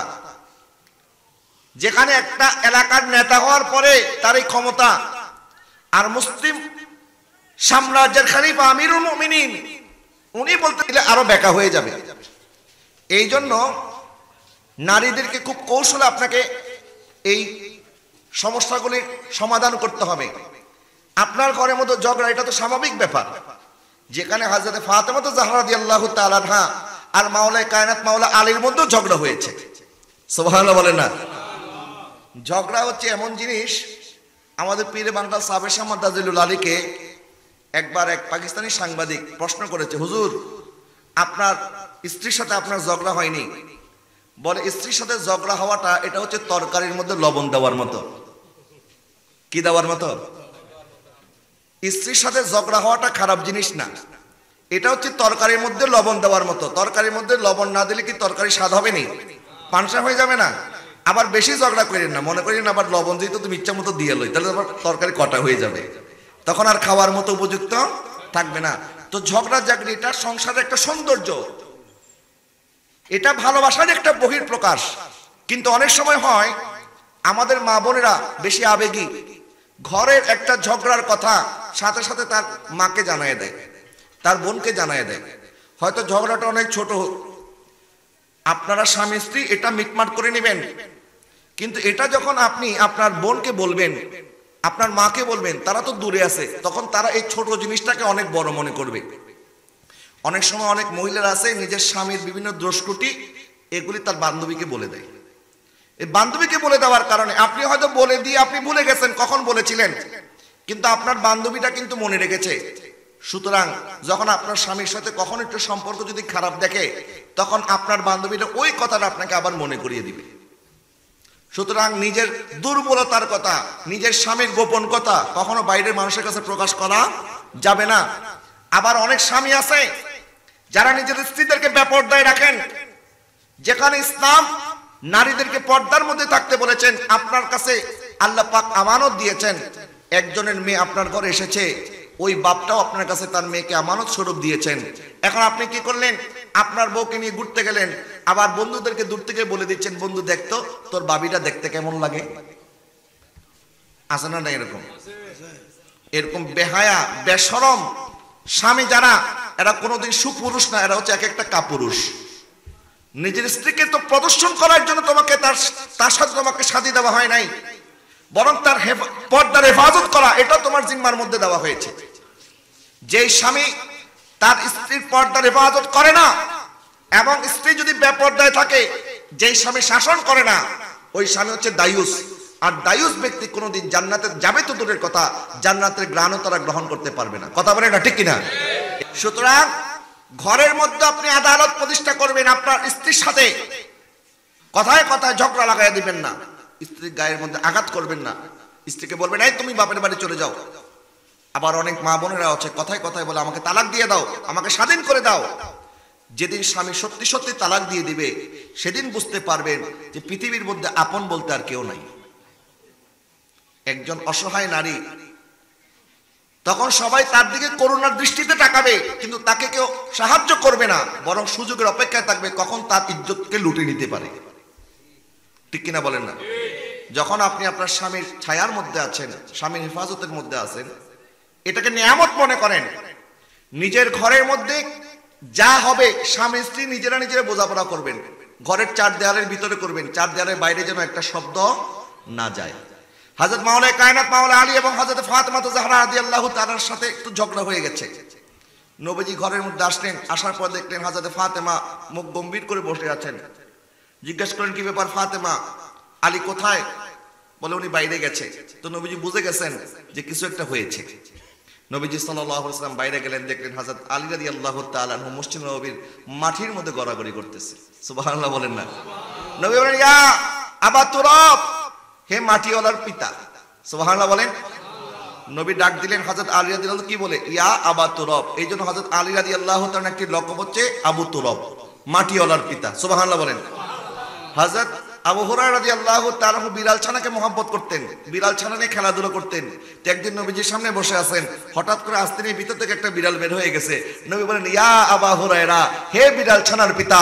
আবু হুরায়রা রাদিয়াল্লাহু তাআলা, আমার নাম তো ছিল আব্দুর রহমান, কিন্তু নবীর জামান থেকে যখন আমাকে আবু হুরায়রা বলেছে, এখন আর মানুষ আমাকে আবু হুরায়রা, আমাকে আর আব্দুর রহমান নামে চিনবে না, এখন থেকে মানুষ আমাকে আবু হুরায়রা নামে চিনবে। হযরত আবু হুরায়রা রাদিয়াল্লাহু তাআলার মতো নবীজি যখন হযরত আলীকেও ডাক দিলেন ইয়া আবা তুরাব বলে, হযরত আলী রাদিয়াল্লাহু তাআলা উনি উঠে দাঁড়ালেন। নবীজি জিজ্ঞাসা করে নাই তোমার সাথে ফাতেমার কি হয়েছে। এটা গার্জিয়ান যারা এরা মনে রাখবেন, কখনো স্বামী স্ত্রীর ঝগড়া হয়ে গেলে আপনি নিজে কাজে সেজে, নিজে বিচারক সেজে, এই তোমার সাথে কি বলেছে বলো, এই তুমি কি বলেছো বলো, এই মাতবরি করার আপনার দরকার নেই। তারা কি হয়েছে তারা মিলে যাবে। আপনার দায়িত্ব হচ্ছে মিলিয়ে দেওয়া, বিচার করা নয়। অনেকে আছে এরকম যে স্বামী স্ত্রীর মধ্যে ঝগড়া একটা লাগছে বা সুযোগ একটা পায়ে গেছে, যেন সে পরবর্তীতে বলতে পারে তোমার ঘর তো ভেঙে গিয়েছিল, তোমার ঘর তো আমি টিকাই দিছি। এরকম কিছু লোক আছে না? এই জন্য মাতবরি করবেন না। নবীজি সাল্লাল্লাহু আলাইহি ওয়াসাল্লাম হযরত আলীকে হাতে ধরে নিয়ে গেলেন ঘরের মধ্যে। নবীজি হযরত ফাতেমাকে জিজ্ঞাসা করেন, ফাতেমা কি হয়েছে বলো, আলী তোমার কি হয়েছে বলো।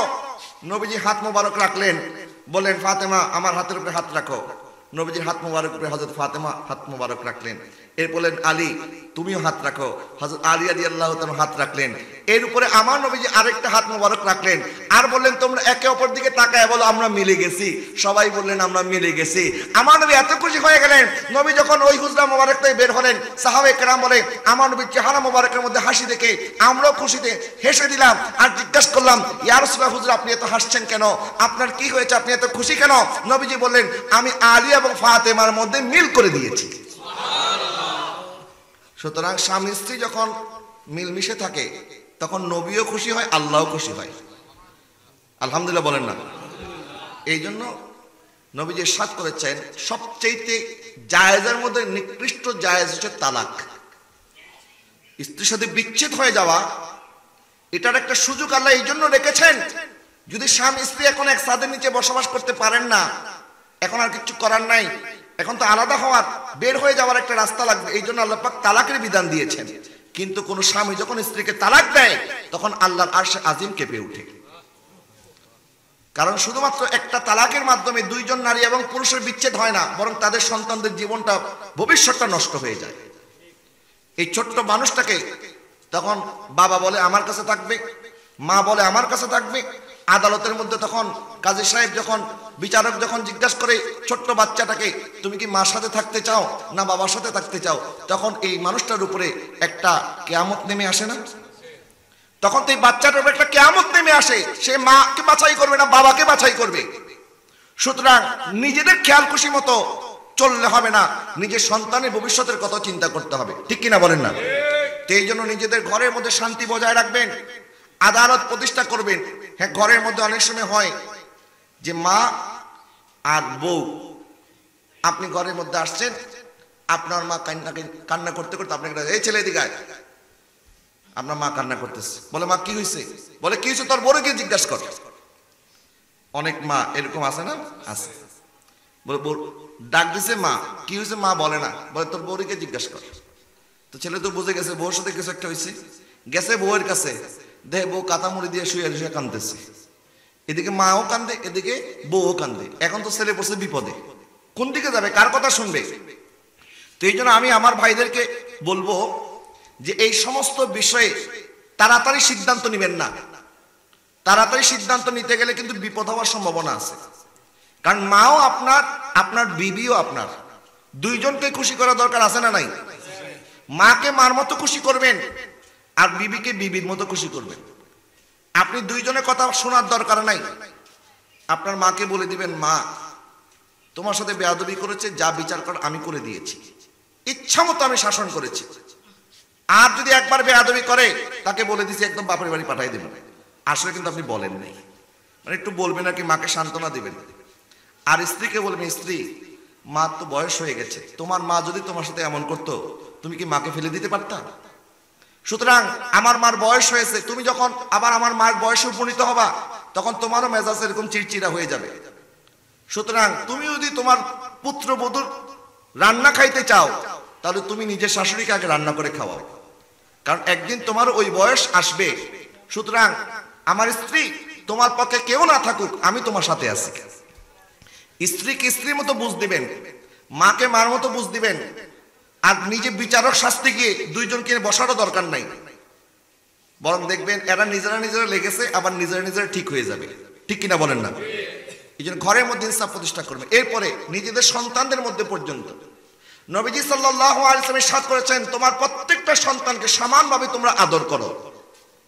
বড় সন্তানকে যতটুকু আদর করবেন, ছোটটাকে ততটুকু আদর করবেন। বড়টার জন্য যদি একটা খেলনা নিয়ে আসেন, ছোটটার জন্য একটা খেলনা নিয়ে আসবেন। বড়টার জন্য যদি চকলেট, লজেন্স বা যা যা আছে বাচ্চাদেরকে যা দিয়ে আপনারা খুশি করেন, বড়টা, মেজোটা, ছোটটা, ছেলে এবং মেয়ে কারো মধ্যে কোনো পার্থক্য করবেন না। কোনো কিছু হাদিয়া দিলে, নতুন জামা কিনলে, খেলনা কিনলে, যা কিনবেন ছেলের জন্য যেমন কিনবেন, মেয়ের জন্য এরকম কিনবেন। হ্যাঁ, বাবা মারা যাওয়ার পরে তখন না হয় যে সম্পদ যখন বন্টন হবে, তখন কোরআনের আইন মোতাবেক ছেলেদেরকে যা দেওয়া হবে, মেয়েদেরকে অর্ধেক দেওয়া হবে। কিন্তু বাবা জীবিত থাকতে যখন সন্তানের মধ্যে কোনো কিছু দিবে, তখন বাবাকে সমানভাবে দিতে হবে। ঘরের মতো ন্যায় বিচার প্রতিষ্ঠা করা দরকার আছে না নাই? আছে। প্যারে হাজরিন, এইভাবে আসেন নবীজি সাল্লাল্লাহু আলাইহি ওয়াসাল্লামের এই আখলাকে কারিমা, আমার নবী সাল্লাল্লাহু আলাইহি ওয়াসাল্লামের এই শরীয়ত আমাদেরকে প্রত্যেকটা জায়গায় ইনসাফ এবং আদালত, ন্যায় বিচার প্রতিষ্ঠা করার জন্য আল্লাহ পাক হুকুম করেছেন, ইন্নাল্লাহা ইয়া'মুরু বিল আদলি ওয়াল ইহসানি ওয়া ইতাইজিল কুরবা ওয়া ইয়ানহা আনিল ফাহশাই ওয়াল মুনকার ওয়াল বাগই ইয়াইজুকুম লাআল্লাকুম তাযাক্কারুন। আল্লাহ সুবহানাহু ওয়া তাআলা বলেছেন, তোমরা আদালত, ইনসাফ প্রতিষ্ঠা করো। 2 নাম্বার, তোমরা সৎ আচরণ করো, উত্তম ব্যবহার করো, সবার সাথে সুন্দর করে কথা বলো। সুবহানাল্লাহ বলেন।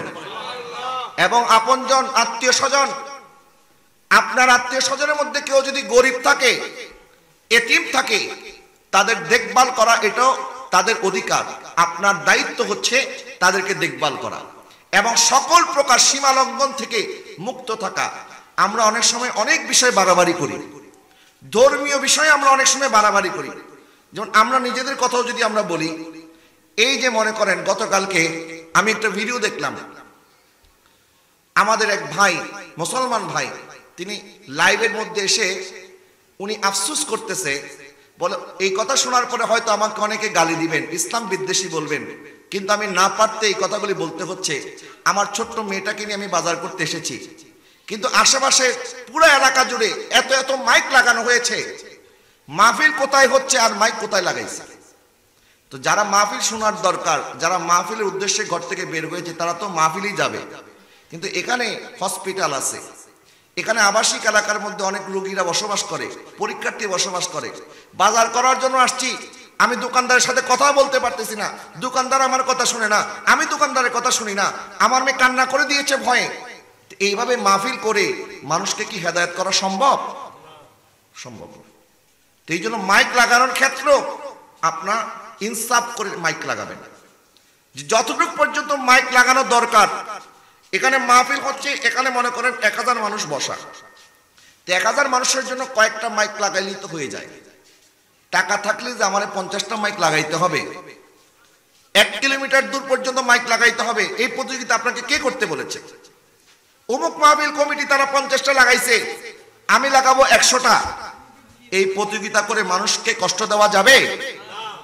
অনেক জায়গায় আছে সারা রাত ব্যাপী মাহফিল হয়, সারা রাত মাইক চলতে থাকে। তো যেখানে মাহফিল হচ্ছে, এই এতটুকু জায়গার মধ্যে যদি মাহফিলের মাইক সীমাবদ্ধ থাকে তাহলেই তো যথেষ্ট। আর এখন আমাদের বিভিন্ন মিডিয়ার মাধ্যমে লাইভ হচ্ছে, যারা মাহফিল শোনার দরকার এরা তো ফেসবুকে গিয়ে, গুগলে গিয়ে, ইউটিউবে গিয়ে আমাদের ভিডিও পেয়ে যাচ্ছে। যাদের ওয়াজ শোনা দরকার তারা তো মাহফিল লাইভ ওখানে দেখতে পাচ্ছে। অনেক প্রবাসী ভাইরা বিদেশ থেকে অপেক্ষায় থাকে, আমার এলাকার মধ্যে মাহফিল হচ্ছে, আমি একটু দেখবো। তো তাদের জন্য আমাদের মিডিয়ার ভাইরা আছে না? আছে। কিন্তু এটার জন্য আপনারা এই শত শত মাইক লাগায়া শব্দ দূষণ করে মানুষের অন্তরে মাহফিলের প্রতি বিদ্বেষ তৈরি করে দেওয়াটাও কিন্তু আমাদের উচিত না। কারণ এরা কিন্তু আমাদের দেশের মানুষ, আলহামদুলিল্লাহ ধর্মীয় অনুভূতিতে আমাদের দেশের মানুষ অন্যান্য দেশের মুসলমানের চাইতে আমাদের দেশের মুসলমানরা অনেক ভালো আছে, আলহামদুলিল্লাহ বলেন। আপনাদের দোয়ায় আমি তো বিভিন্ন দেশে ঘুরেছি, আরব দেশেও ছিলাম, বিভিন্ন দেশ আমরা সফর করেছি, দেখেছি অন্যান্য দেশের তুলনায় আমাদের দেশের মানুষের অন্তরের মধ্যে ইসলামের প্রতি দরদ আলহামদুলিল্লাহ বেশি আছে।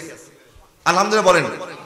আমাদের দেশের মধ্যে যতগুলি মসজিদ, আমাদের মানুষের মাথার মধ্যে যেরকম টুপি, আমাদের মসজিদগুলির মধ্যে মুসল্লিরা যেভাবে উপস্থিত হয়, সবে কদর, সবে বরাত, সবে মেরাজের মধ্যে মানুষ দলবদ্ধভাবে যেইভাবে এলাকার মধ্যে ইবাদতের একটা আরো সৃষ্টি হয়। এই যে মিলাদুন নবীর মাহফিলের সময় আসলে প্রত্যেকটা অলিতে গলিতে মাহফিল, প্রত্যেকটা জায়গায় মাহফিল। এরপর কোরবানির ঈদের সময় আমরা যে উৎসবমুখর পরিবেশে পশু কোরবানি করি। আমি তো আরব দেশে ছিলাম, কোরবানির কোন দিক দিয়ে আসতো আমরা বলতে পারতাম না, কারণ সেখানের মানুষ আমাদের মতো এরকম গরু আর উট খুব কম মানুষ জবাই করে। সেখানে একটা দুম্বা দিয়ে মোটামুটি জবাই করে কোরবানি শেষ করে ফেলে। আর কোথায় গিয়ে জবাই করে এটা সবাই জানেও না, সবাই দেখেও না। এটা একটা নির্দিষ্ট জায়গায় থাকে, ওখানে তারা পশুটা পাঠিয়ে দেয়, পরিবারের যখন একজন সেখানে যায়। অথচ আমাদের দেখেন কোরবানি ঈদ আসার সাথে সাথে এর এক সপ্তাহ যাবত আমাদের বাচ্চাদের ঘুম নাই। বাবাকে বলে, বাবা তাড়াতাড়ি হাটে নিয়ে যাও, পছন্দের মতো গরুর একটা কিনতে হবে। এই যে গরুটা ছাগলটা কেনার পরে এটাকে আদর করে যত্ন করে, এই যে ধর্মীয় একটা অনুভূতি, আল্লাহ আমাদের মধ্যে যে ধর্মের প্রতি যে টান ভালোবাসা দিয়েছে, এটা অনেক মুসলমানদের অন্তরে আল্লাহ এরকম টান ভালোবাসা দেয় নাই। তো এটাকে তো সম্মান জানাতে হবে আমাদেরকে। এই ফিলটা, এই আবেগ অনুভূতিকে কাজে লাগাইয়া আমরা 100টা মাইক লাগাই দিলাম, মানুষের কষ্টের কারণ হয়ে গেল। অসুস্থ রোগীরা, তারা অনেকে হার্টের রোগী আছে, আবার অনেক বক্তা আছে মাইক পাইলে এমন ভাবে চিৎকার করে, একটা কুদানি দিলেই মানুষ দেখলে হার্টের রোগী আছে কিন্তু হার্ট ফেল করবে। এরকম বক্তা অনেক আছে না? আমি কারো বদনাম করতেছি না বাবা, এটা আমি সংশোধনের নিয়তে বলতেছি। নবীজি সাল্লাল্লাহু আলাইহি ওয়াসাল্লাম ইরশাদ করেছেন, তোমার মুখের মধ্যে যদি কাঁচা পেঁয়াজ খেয়েছ, কাঁচা পেঁয়াজ খাবার দুর্গন্ধ নিয়ে তুমি মসজিদে যাবা না, কারণ তোমার কারণে তোমার মুসল্লির জন্য কষ্টের কারণ যেন তুমি না হয়ে যাও। তাহলে যেখানে কাঁচা পেঁয়াজকে মসজিদে যাওয়া নিষেধ, যেন আমার পাশের মুসল্লির কষ্ট না হয়ে যায়, সেখানে আমি ওয়াজ করার নামে, মানুষকে হেদায়েত করার নামে যদি ঘন্টা পর ঘন্টা আমি মাইক চালায়া চালায়া মাহফিল একটা শুরু হবে, মনে করেন প্রধান বক্তা আসবে বাদ এশা, প্রধান অতিথি আসবে রাত 10টা বাজে, তো রাত 12টা পর্যন্ত, এশা থেকে 12টা পর্যন্ত এই 2-3 ঘন্টার সময় হচ্ছে মেন সময় ওয়াজ মাহফিলের, ঠিক না? মাইক একটা চালায় তুই দিছে একদম জোহর থেকে মাইক চলতেছে। তো জোহর থেকে তো মাইক চালানোর কোনো দরকার নাই। যখন অতিথি আসবে, বক্তা যখন আসবে, তখন না উনি মাইকে আলোচনা করবে। এখন মাইক একটা পাইলেই যেভাবে আমরা শুরু করি, এই যখন বাড়াবাড়ি আমাদের বন্ধ হওয়া দরকার আছে না নাই? আপনাকে কষ্ট পাচ্ছেন বাবা আমার কথায়? আমি বলছি ইনসাফ, আদালত প্রত্যেকটা ক্ষেত্রে ইনসাফ প্রতিষ্ঠা করতে হবে, ন্যায় বিচার প্রত্যেকটা ক্ষেত্রে করতে হবে। আমাদের কথা বলার ক্ষেত্রে সাবধানতা অবলম্বন করতে হবে, যেন আমার কথার মাধ্যমে, আমার ওয়াজের মাধ্যমে মানুষ বিপদগামী না হয়ে যায়। কিছু কিছু ওয়াজিনের ওয়াজ আমি শুনি, মাঝে মধ্যে লজ্জা লাগে, নিজের পরিবারকে নিয়ে এই ওয়াজ শোনার মতো পরিবেশ থাকে না। এমন এমন কথা তারা বলে ফেলে, নিজের স্ত্রীর সামনে বসে এই ওয়াজ শুনবো এই রুচিও হয় না। এমন বাজে বাজে কথাবার্তা অনেক সময় অনেক ওয়াজিনের মুখ থেকে বের হয়ে যায়। তো এরা তো ওয়াজিন না, এরা আওয়াজিন। এরা ওয়াজ করার জন্য আসে না, এরা আওয়াজ করার জন্য আসে। আল্লাহ সুবহানাহু ওয়া তাআলা ইরশাদ করেছেন, ইন্নামা ইয়াখশাল্লাহা মিন ইবাদিহিল উলামা। আল্লাহর বান্দাদের মধ্যে সবচেয়ে আল্লাহকে বেশি ভয় করে উম্মতের আলেমরা। বলেন না কারা? আলেমরা। আলেমরা আল্লাহকে বেশি ভয় করে। এখন একজন আলেম হয়ে যদি আমার মুখ থেকে বেফাস কথা বের হয়ে যায়, অশ্লীল কথা বের হয়ে যায়, এই কথাটা যখন আপনারা শুনবেন তখন তো আপনারা বলবেন, হুজুর হয়ে যদি আপনি এই কথা বলতে পারেন তা আমরা বললে অসুবিধা কি? ঠিক কিনা বলেন না? এই জন্য ওয়াজ করার সময় আদালত করে কথা বলতে হবে, যে আমি যা খুশি তা বলতে পারবো না, আমার জবানকে হেফাজত করতে হবে।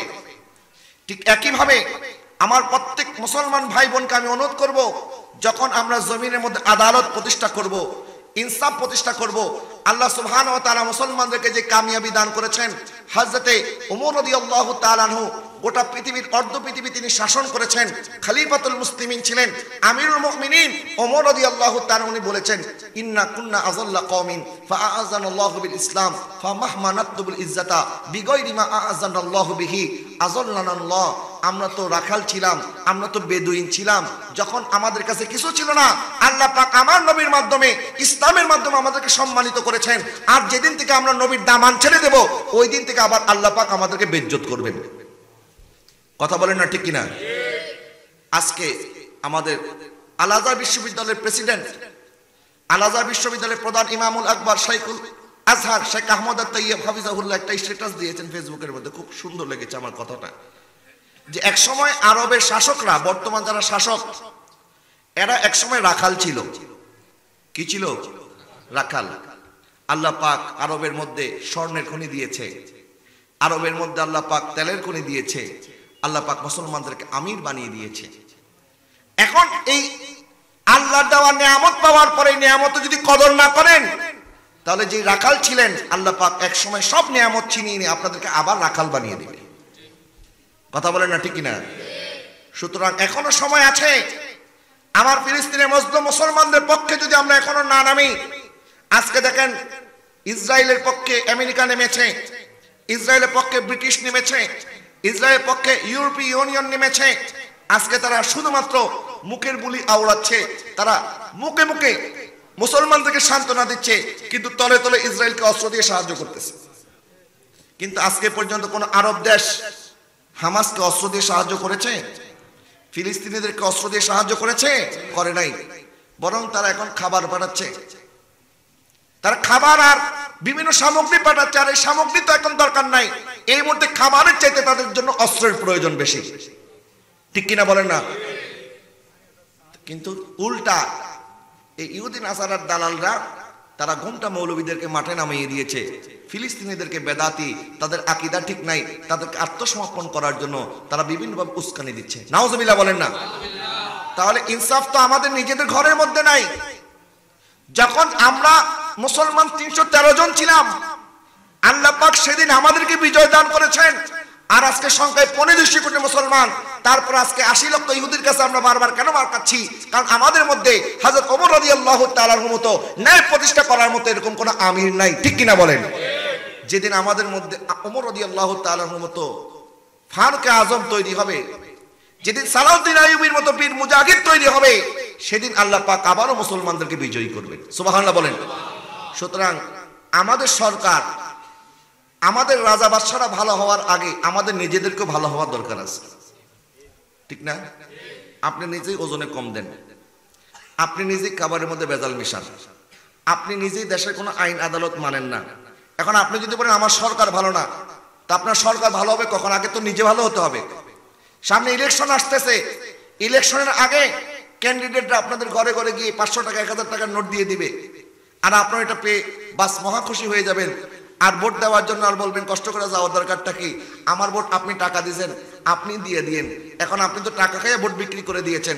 এখন আপনার এলাকার এমপি, আপনার এলাকার জনপ্রতিনিধি, আপনার এলাকার রাস্তার মধ্যে টেন্ডার হয়েছে, এখন টেন্ডার হয়েছে, এখানে লাগাইতে হবে, এখানে রডের নামে টেন্ডার এসেছে। কিন্তু এখন ওই এমপি আর ওই জনপ্রতিনিধি চিন্তা করেছে, এলাকাবাসীকে তো আমি আগেই লক্ষ লক্ষ টাকা দিয়ে দিয়েছি, সুতরাং এই লক্ষ লক্ষ টাকা দিয়ে রাস্তা করার দরকার নাই, এটাকে পকেটে ঢুকায় নেই। এই জন্য ওই রাস্তার টাকা তারা আর রাস্তার মধ্যে লাগাবে না, তখন রডের বদলে রাস্তার মধ্যে বাঁশ ঢুকিয়ে দিবে। ঠিক না বলেন? তো এখন ওই জনপ্রতিনিধির দোষটা কি? তাদের দোষের চাইতে তো আপনার দোষ বেশি। আপনি তো আপনার ভোট বিক্রি করে দিয়েছেন তার কাছে, আপনার নিজের কাছেই তো আমানত নাই। সুতরাং আমরা প্রত্যেকে যখন ন্যায় বিচারক হব, আপনি যারা যারা দায়িত্বশীল, আমার নবী ইরশাদ করেছেন আলা কুল্লুকুম রাইন ওয়া কুল্লুকুম মাসউলুন আন রায়াতিহি, তোমরা প্রত্যেকে দায়িত্বশীল, প্রত্যেকের দায়িত্ব সম্পর্কে তোমাদেরকে জিজ্ঞাসা করা হবে। কথা বলেন না ঠিক কিনা? আপনি বাবা হিসাবে আপনার সন্তানকে ঠিকভাবে লালন পালন করেছেন কিনা? ন্যায় বিচার রাষ্ট্রপ্রধানকে যেমন করতে হবে, ন্যায় বিচার আপনি আপনার পরিবারের প্রধান হিসেবে আপনার পরিবারের মধ্যে ন্যায় বিচার করতে হবে। প্রত্যেকে প্রত্যেকের জায়গা থেকে দায়িত্বশীলতার পরিচয় দিতে হবে। নবীজি সাল্লাল্লাহু আলাইহি ওয়াসাল্লাম ইরশাদ করেছেন কুল্লুকুম রাইন ওয়া কুল্লুকুম মাসউলুন আন রায়াতিহি, প্রত্যেকে দায়িত্বশীল, প্রত্যেকের দায়িত্ব সম্পর্কে জিজ্ঞাসা করা হবে। হ্যাঁ, ন্যায় বিচার করা এতটা সহজ না, ন্যায় বিচারক হওয়া সহজ না। এই জন্য ন্যায় বিচারকের পুরস্কারও অনেক বড়। আমার নবীজি সাল্লাল্লাহু আলাইহি ওয়াসাল্লাম ইরশাদ করেছেন পৃথিবীর বুকে যে ন্যায় প্রতিষ্ঠা করবে, ইমামুন আদিলুন, ন্যায় বিচারক, যিনি ন্যায় প্রতিষ্ঠা করবে পৃথিবীর মধ্যে। কিয়ামতের ময়দানে যখন আল্লাহর আরশের ছায়া ছাড়া কোনো ছায়া থাকবে না, যখন আল্লাহ পাক 7 শ্রেণীর মানুষকে আরশের ছায়া দান করবে, তার মধ্যে প্রথম ব্যক্তি হবে ইমামুন আদিলুন, ন্যায় বিচারক, ন্যায় শাসককে আল্লাহ পাক আরশে আজিমের ছায়া দান করবে। তাহলে ন্যায় বিচার করতে পারলে পুরস্কার কি কম না বড়, ছোট না বড়? কিয়ামতের ময়দানে প্রত্যেক রাজা বাদশার হাতের মধ্যে হাত করা থাকবে। যখন তারা হাত করা পরিহিত অবস্থায় কিয়ামতের ময়দানে উপস্থিত হবে, আল্লাহ সুবহানাহু ওয়া তাআলা বলবেন, যারা পৃথিবীর বুকে ন্যায় প্রতিষ্ঠা করেছে তাদের হাত করা খুলে দাও, তাদেরকে জান্নাত দান করো। তখন আল্লাহ পাক ওই সমস্ত ন্যায় বিচারকদেরকে জান্নাত দান করবে। আর যে সমস্ত বিচারকরা, যে সমস্ত রাজা বাদশারা পৃথিবীর বুকে হাঙ্গামা করেছে, ইনসাফ করে নাই, জুলুম করেছে, আল্লাহ পাক বলে তাদেরকে জাহান্নামের আগুনের মধ্যে নিক্ষেপ করে দাও। নাউজুবিল্লাহ বলেন না। সুতরাং দুনিয়ার মধ্যে যারা ন্যায় বিচার করবে, কিয়ামতের ময়দানে আল্লাহ পাক তাদেরকে নাজাত দিবে। আর যারা জুলুম করবে, নির্যাতন করবে, মানুষকে কষ্ট দেবে, যার কারণে লক্ষ লক্ষ মানুষের কষ্ট হবে, হাজার হাজার মানুষের কষ্ট হবে। মনে করেন আমি একজনের পকেট থেকে 500 টাকা মেরে দিলাম, এটা তো তার কাছ থেকে আমি চুরি করেছি, এটার বিচার আমার হবে। কিন্তু এই রাস্তার জন্য 1 কোটি টাকা বরাদ্দ, আপনি 10 লাখ টাকা খরচ করে 90 লক্ষ টাকা পকেটে ঢুকায় রাখলেন। এই রাস্তার জন্য যদি মানুষের কষ্ট হয়, মানুষ মারা যায়, একটা গর্ভবতী নারী, তার যদি কষ্ট হয়, এটার বিচার ওই ব্যক্তিকে কিয়ামতের ময়দানে এটার শাস্তি ভোগ করতে হবে। ঠিক কিনা বলেন? এই জন্য প্রত্যেকটা মানুষ যারা দোকানদারি করেন, খাবারের মধ্যে ভেজাল আছে কিনা? যদি ভেজাল থাকে তাহলে এই খাবারকে যদি মানুষ ক্ষতিগ্রস্ত হয়, অসুস্থ হয়, মানুষ মারা যায়, আপনাকে কিয়ামতের ময়দানে ওই ব্যক্তিদের হত্যাকারী হিসাবে আপনার বিচার করা হবে। ঠিক কিনা বলেন? এই যে প্রত্যেকে যার যার জায়গা থেকে আমাদের মাধ্যমে মানুষের উপকার না হলেও অন্তত আল্লাহ পাক আমাদের মাধ্যমে যেন কারো ক্ষতি না করায়। বলেন আমিন। আমাদের জবান, আমাদের হাত এবং আমাদের অন্তরের মধ্যেও যেন কোনো মানুষের প্রতি, কোনো মুসলমানের প্রতি বিদ্বেষ না থাকে। আমাদের অন্তর থেকেও যেন আমরা আমাদের সকল প্রকার বিদ্বেষ, হিংসা, অহংকার দূর করে আল্লাহ পাকের দরবারে একটা পবিত্র আত্মা নিয়ে যেন আমরা উপস্থিত হতে পারি। আমাদের সবাইকে আল্লাহ পাক ন্যায় বিচারক, ন্যায় প্রতিষ্ঠাকারী হিসাবে কবুল করুক। বলেন আমিন। এবং আমার কথায় যদি কেউ কষ্ট পেয়ে থাকেন, আমি আল্লাহর রাস্তায় আপনাদের কাছে ক্ষমা চেয়ে নিচ্ছি। এবং যা বলেছি এটা আল্লাহ পাক আমাকে, আপনাকে, সবাইকে যেন আমল করার তৌফিক দান করে। বলেন আমিন। ওয়া আখির দাওয়ানা আনিল হামদুলিল্লাহি রাব্বিল আলামিন। আসসালামু আলাইকুম ওয়া রাহমাতুল্লাহি ওয়া বারাকাতুহু।